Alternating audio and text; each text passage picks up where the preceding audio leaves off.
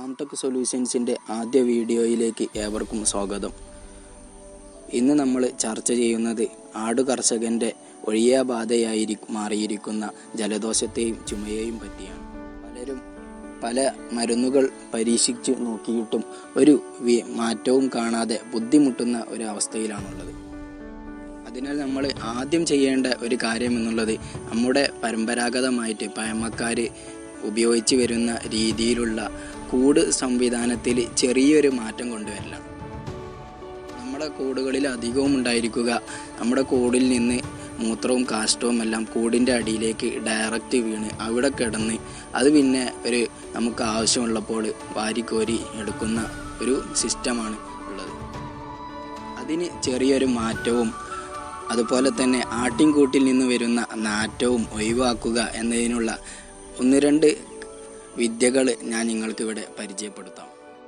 വലിയ ഫാമുകളിലൊക്കെ ചെയ്തിരിക്കുന്ന ഒരു രീതി കാഷ്ടവും മൂത്രവും പോകാൻ ചെരിച്ചിട്ടുള്ള പോളിത്തീൻ ഷീറ്റുകളോ അല്ലെങ്കിൽ നമ്മുടെ അലൂമിനിയം ഷീറ്റുകളൊക്കെ ഉപയോഗിക്കുക എന്നതാണ്.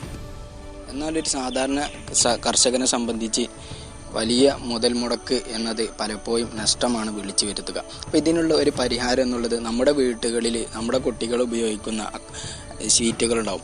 അക്വേറിയങ്ങൾക്ക് അതേപോലെ തന്നെ കെട്ടിട നിർമ്മാണങ്ങൾക്കൊക്കെ നമ്മുടെ സൈഡിൽ ഉപയോഗിക്കുന്ന മഞ്ഞ നിറത്തിലോ പച്ച നിറത്തിലോ ഒക്കെ ഉള്ള വലിയ ഷീറ്റുകൾ. അപ്പോൾ അതിലേറ്റവും കട്ടി കൂടിയത് തന്നെ വളരെ വില കുറഞ്ഞ് ഈ അക്വേറിയങ്ങൾക്ക് ഉപയോഗിക്കാനായിട്ട് നമ്മുടെ കടകളിലേക്ക് ഇന്ന് എത്തിക്കൊണ്ടിരിക്കുന്ന ഷീറ്റുകളുണ്ട്.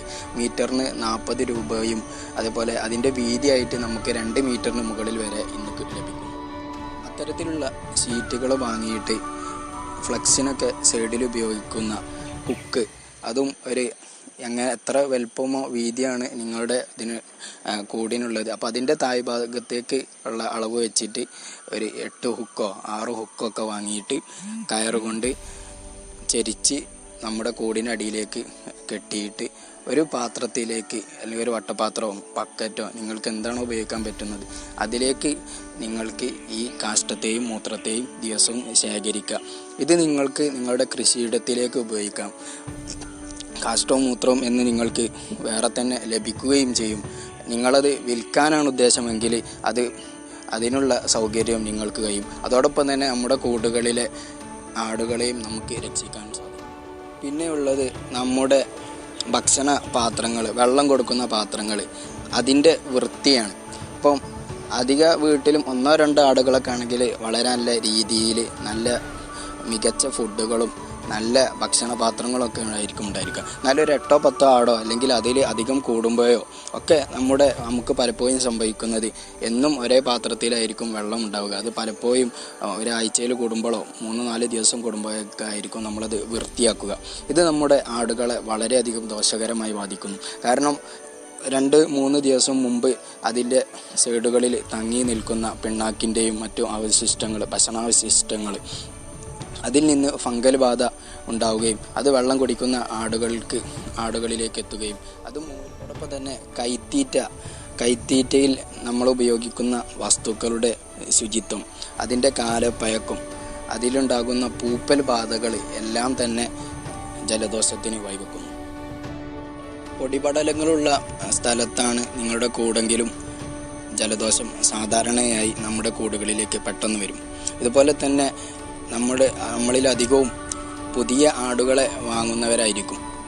അപ്പോൾ പുതിയ ആടുകളെ നേരിട്ട് നമ്മുടെ കൂടുകളിൽ വന്ന് കൊണ്ടുകെട്ടുന്നത് അല്ലെങ്കിൽ രോഗവാഹകരായ ആടുകളെ മറ്റാടുകളുടെ കൂടെ ഇടുന്നത് പലപ്പോഴും ഈ ജലദോഷവും ചുമയുമെല്ലാം കൂട് മൊത്തം വ്യാപിക്കാനുള്ള കാരണമാകും. നിങ്ങൾ പുതിയതായിട്ട് ഏതൊരാടിനെ വാങ്ങുകയാണെങ്കിലും അല്ലെങ്കിൽ രോഗമുണ്ട് എന്ന് നിങ്ങൾക്ക് തോന്നുന്ന ഏതൊരാടിനെയും നിങ്ങൾ ക്വാറന്റൈൻ ചെയ്യണം. ഇന്ന് ക്വാറന്റൈൻ എന്ന് പറഞ്ഞാൽ എല്ലാവർക്കും മനസ്സിലാകുന്ന ഒരു സാങ്കേതിക പദമായി മാറിയിരിക്കുകയാണ്. അപ്പം ആടുകൾക്കും നിങ്ങളുടെ വീടുകളിൽ ഒരു സെപ്പറേറ്റ് അറയുള്ള ഒരു കൂട്, മറ്റേ കൂടിൻ്റെ അടുത്തല്ലാത്ത രീതിയിൽ, അതിൽ നിന്ന് കാറ്റ് മറ്റേ കൂട്ടിലേക്ക് അടിക്കാത്ത രീതിയിൽ ഉള്ള ഒരു സംവിധാനം നിങ്ങളിനി പുതിയതായിട്ടൊരു കൂട് ഉണ്ടാക്കുകയാണെങ്കിൽ അങ്ങനെ ഒരു കൂടുണ്ടാക്കിയിട്ട് പ്രത്യേകം സജ്ജീകരിക്കണം. ഗർഭിണിയായ ആടുകളിൽ ജലദോഷം കുറച്ച് കൂടുതലായിട്ട് അല്ലെങ്കിൽ ചുമ നമുക്ക് കാണാൻ സാധിക്കാറുണ്ട്. അപ്പോൾ അത് ഗർഭകാല അലർജികളുടെ ഭാഗമായിട്ടുണ്ടാകുന്നതാണ്. ആടുകളിൽ ജലദോഷവും ചുമയും പ്രധാനമായും ഉണ്ടാകാനുള്ള കാരണം കാലാവസ്ഥ വ്യത്യാസങ്ങളും വ്യതിയാനങ്ങളുമാണ്.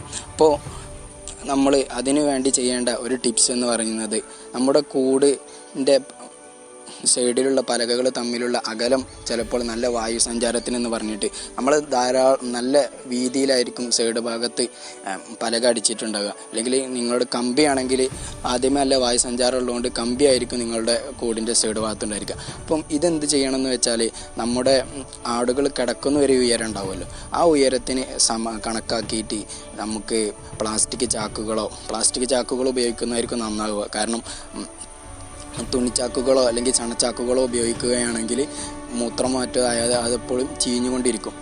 അല്ലെങ്കിൽ പ്ലാസ്റ്റിക് ഷീറ്റുകളോ ആടുകൾ കിടക്കുന്ന ഒരു ഉയരത്തിന് ഇപ്പോൾ 1.5 അടിയോ 2 അടിയൊക്കെ ഏറി വന്നാലേ ഉണ്ടാവുള്ളൂ.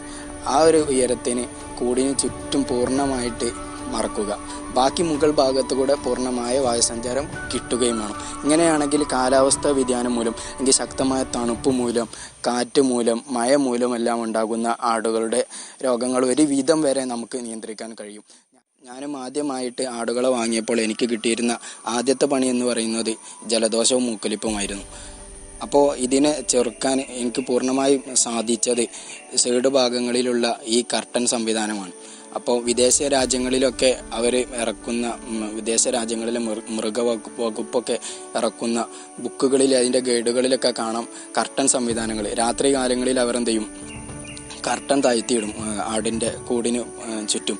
എന്നിട്ട് പകൽ സമയത്ത് അത് പൊന്തിക്കുകയും ചെയ്യും. പകൽ പൂർണ്ണമായിട്ട് നമ്മൾ പോയി ഇത് അടച്ചിടരുത്, അത് പൊന്തിച്ച് വെക്കുകയും വേണം. എന്നാൽ കാറ്റ് തട്ടുകയും വെയിൽ വന്നിട്ട് കൂടിൻ്റെ ഉൾഭാഗത്തുള്ള കാഷ്ടത്തിൻ്റെയും മൂത്രത്തിൻ്റെയും ഒക്കെ അവശിഷ്ടങ്ങളെ അത് പൂർണ്ണമായി ഇല്ലാതാക്കുകയും ചെയ്യും. ആടുകളെ സംബന്ധിച്ചിടത്തോളം അതിൻ്റെ രോഗമുണ്ടെന്ന് തോന്നിയാൽ 1 മണിക്കൂർ പോലും നമ്മൾ അതിനെ വൈകിപ്പിക്കാതെ വളരെ പെട്ടെന്ന് നമ്മൾ അതിൻ്റെ ചികിത്സയിലേക്ക് മുന്നിട്ടിറങ്ങുക എന്നതാണ് ആദ്യം ചെയ്യേണ്ടത്. കാരണം ഓരോ സമയം വൈകും തോറും അതിൻ്റെ രോഗത്തിൻ്റെ ആധിക്യം കൂടുകയും ആട് കൂടുതൽ ക്രിട്ടിക്കലായ ഒരു സ്റ്റേജിലേക്ക് പോകാനുമുള്ള സാധ്യതയുണ്ട്. ഇനി നമുക്ക് ആടുകൾക്ക് ജലദോഷമോ മൂക്കൊലിപ്പ് ചുമയൊക്കെ വന്നാൽ എന്ത് ചെയ്യണം എന്നതിലേക്ക് കടക്കാം. അപ്പോൾ ഞാൻ പറഞ്ഞ പോലെ ഒരിക്കലും ഇത് വൈകിപ്പിക്കാൻ പാടില്ല. വൈകിപ്പിച്ച് കഴിഞ്ഞാൽ ഇത് ഓവർ ക്രിട്ടിക്കൽ സ്റ്റേജിലേക്ക് പോവുകയും അത് നമ്മുടെ മരുന്നുകളെ ഒന്നും ഫലിക്കാതെ വരികയും ആട് മരിക്കാൻ വരെ ചാൻസായി വരികയും ചെയ്യും. നമുക്ക് ഒഴിവ് കിട്ടുമ്പോൾ ആടിന് മരുന്ന് കൊടുക്കുക എന്നൊരു ശീലം മാറ്റണം. അതുപോലെ തന്നെ ഒരു ആടിന് നമ്മൾ വല്ല രോഗത്തിനും ഒരു ഉപകരണം നമ്മൾ ഉപയോഗിക്കുന്നുണ്ടെങ്കിൽ, അല്ലെങ്കിൽ ആ ആടിനെ നമ്മൾ പരിചരിക്കുന്നുണ്ടെങ്കിൽ നമ്മുടെ ആ ഉപകരണവും നമ്മുടെ കൈകളും എല്ലാം പൂർണ്ണമായി സോപ്പിട്ടിട്ടോ അല്ലെങ്കിൽ പൂർണ്ണമായിട്ട് അത് ക്ലീനാക്കിയതിന് ശേഷമായിരിക്കണം അടുത്ത ആടിലേക്ക് നമ്മൾ പോകേണ്ടത്. പല വിധത്തിലുള്ള മരുന്നുകൾ നമുക്ക് ഇന്ന് മാർക്കറ്റിൽ അവൈലബിൾ ആണ്. ഹോമിയോ ആയിട്ടും ഇംഗ്ലീഷ് മരുന്നായിട്ടും ആയുർവേദിക്കായിട്ടും അതുപോലെ തന്നെ നമ്മുടെ പരമ്പരാഗതമായ രീതിയിലുള്ള മരുന്നുകൾ, നാട്ടുമരുന്നുകൾ എല്ലാം നമ്മളിൽ പലർക്കും അറിയാം. എന്നാൽ ഇതൊന്നും പലപ്പോഴും ഫലപ്രദമാവാത്തത് നമ്മുടെ ചികിത്സ വൈകുന്നതും അതുപോലെ തന്നെ ചിട്ടയായ ഒരു മരുന്ന് കൊടുക്കുന്ന ശീലമില്ലാത്തതുമാണ്. അപ്പോൾ ആദ്യമായിട്ട് മനുഷ്യനായാലും ആടുകൾക്കായാലും എല്ലാം നമ്മളെ ഏറ്റവും കൂടുതൽ ഉപയോഗിക്കേണ്ടത് ആടിന് ശരിയായ രീതിയിൽ ആവി കൊള്ളിക്കുക, പുകയിടുക എന്നതാണ്. പുക കൊള്ളിക്കുകയാണെങ്കിൽ ഒരു ചട്ടി എടുത്തിട്ട് അതിലൊരു തേങ്ങയുടെ 3 പൊളിച്ചാലുണ്ടാകുന്ന ചേരി, അത് 3 ചേരിയോ 4 ചേരിയൊക്കെ ആയിട്ടായിരിക്കും കിട്ടിയിരിക്കുക. അപ്പോൾ അത് പൂർണ്ണമായി അതിലേക്ക് അങ്ങോട്ട് ഇറക്കി വെച്ചിട്ട് അതിലേക്ക് കുറച്ച് കുന്തിരിക്കം, നിങ്ങളുടെ കയ്യിലുണ്ടെങ്കിൽ കുന്തിരിക്കം, അല്ലെങ്കിൽ 2 സ്പൂണ് 3 സ്പൂണ് മഞ്ഞൾപ്പൊടിയും 1 നുള്ള് കുരുമുളകിൻ്റെ പൊടിയും ഇട്ടതിന് ശേഷം ഒരു പേപ്പർ അതിലേക്കാണ്ട് ഇറക്കി വെച്ചിട്ട് അതൊന്ന് കത്തിയിട്ട് ഒന്ന് ഊതിക്കെടുത്തുക. എന്നിട്ട് നന്നാക്കി ഊതി കൊടുത്താൽ നല്ലോണം പുകയും. ആ പുക നമ്മൾ ആടിനെ കൊള്ളിപ്പിക്കുക. ഈ പുക കൊള്ളിക്കുമ്പോൾ നമ്മൾ ശ്രദ്ധിക്കേണ്ട ചില കാര്യങ്ങളുണ്ട്. നമുക്ക് പലർക്കും പേടിയായിരിക്കും. കാരണം നമ്മൾ പലരും ആവി പിടിക്കുമ്പോൾ ഉണ്ടാകുന്നത് ശക്തമായ ചൂടും നീറ്റലും കാരണം നമുക്ക് കൂടുതൽ സമയം അത് സഹിച്ചിരിക്കാൻ കഴിയില്ല. അപ്പോൾ ആടുകൾക്കും ഇങ്ങനെ ആയിരിക്കും എന്നൊരു ധാരണ കൊണ്ട് തന്നെ നമ്മൾ ആടിൻ്റെ കുറച്ച് ദൂരെ വെക്കും, അല്ലെങ്കിൽ അങ്ങനെ കാറ്റത്ത് ഇങ്ങനെ പുക കിട്ടുന്ന കോലത്തിലായിരിക്കും വെക്കുക. അങ്ങനെ പലപ്പോഴും നമ്മളൊരു പേടിച്ചിട്ടും വളരെ ശ്രദ്ധയോടു കൂടിയുമായിരിക്കും ഇത് ചെയ്യുക. അപ്പോൾ ഈ ശ്രദ്ധ കൈവിടാതെ തന്നെ നമ്മൾ ചെയ്യേണ്ടത് നല്ല രീതിയിൽ മൂക്കൊലിപ്പും അല്ലെ ജലദോഷവും ചുമയൊക്കെ ഉള്ള ആടാണെങ്കിൽ ആ ആടിനെ ശരിക്കും ഒന്നിരിക്കൽ കെട്ടിയിട്ടിട്ട് തലയൊക്കെ പൂർണ്ണമായി ഒരു തൂണിലേക്കോ മറ്റോ ബന്ധിച്ചതിന് ശേഷം അതിൻ്റെ താഴ്ഭാഗത്ത് വെച്ചിട്ട് നല്ല രീതിയിൽ ആ പുക കൊള്ളിക്കണം. അതിൻ്റെ മൂക്കിലേക്ക് കയറണമെന്നുണ്ടോ എന്ന് നമ്മൾ ശ്രദ്ധിക്കണം.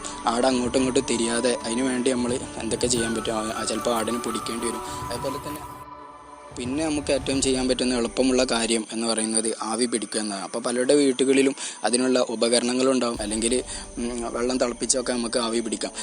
എന്ത് ചെയ്യുകയാണെങ്കിലും ഈ നമ്മൾ ആദ്യമേ ഇതിന് വലിയ പേടിയൊന്നും ആക്കാതെ ആടിൻ്റെ കണ്ണിൽ നിന്ന് വെള്ളം വരും ചിലപ്പോൾ. അങ്ങനെയാണെങ്കിൽ നമുക്ക് 2 കണ്ണും പൊത്തിയിട്ട് ആടിൻ്റെ ചെവിയും കൂട്ടി ഇങ്ങോട്ട് പിടിച്ച് കൊടുക്കുക. അതിൻ്റെ മൂക്കിലേക്ക് അത് ഇങ്ങോട്ട് ശരിക്കും കയറി പോകുന്ന അതിന് ഒരു 2-3 മിനിറ്റ് അല്ലെങ്കിൽ 5 മിനിറ്റ്, ഒരു 2 മിനിറ്റ് ഒരു 3 മിനിറ്റ് കഴിയുമ്പോൾ എന്ത് ചെയ്യണം, ആടിനൊന്ന് മാറ്റി ശ്വാസം വലിക്കാൻ ഇതാക്കിയിട്ട് അങ്ങനെ വീണ്ടും ഒരു ദിവസം ഒരു 3 പ്രാവശ്യമൊക്കെ പൂർണ്ണമായിട്ട് ഇത് തന്നെ ചെയ്യുകയാണെങ്കിൽ തീർച്ചയായിട്ടും അതിലൊരു മാറ്റം നിങ്ങൾക്ക് കാണും.